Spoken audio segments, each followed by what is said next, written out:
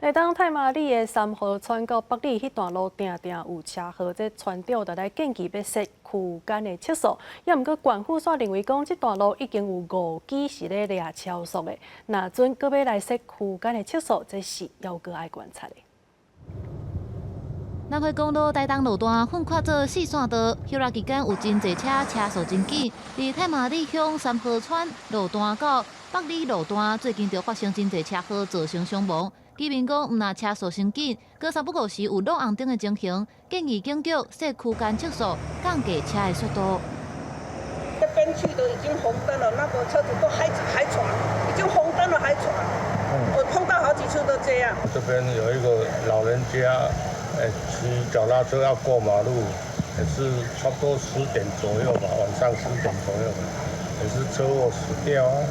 经过台东县警局会同公路局大武工务单到现场会勘设区间测速的可能性。不过交通队表示，按照道路的现况，佮有沿途8公里已经设5支测速的翕相棍仔，初步评估无适合设区间测速。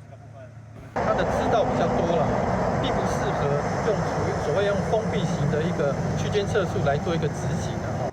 警方表示，现阶段先加强哪早来抓超速，车辆灯也采用24点钟运作，而且无以连锁的方式来降低车速，呼吁赛车骑车的人爱遵守。记者综合报道。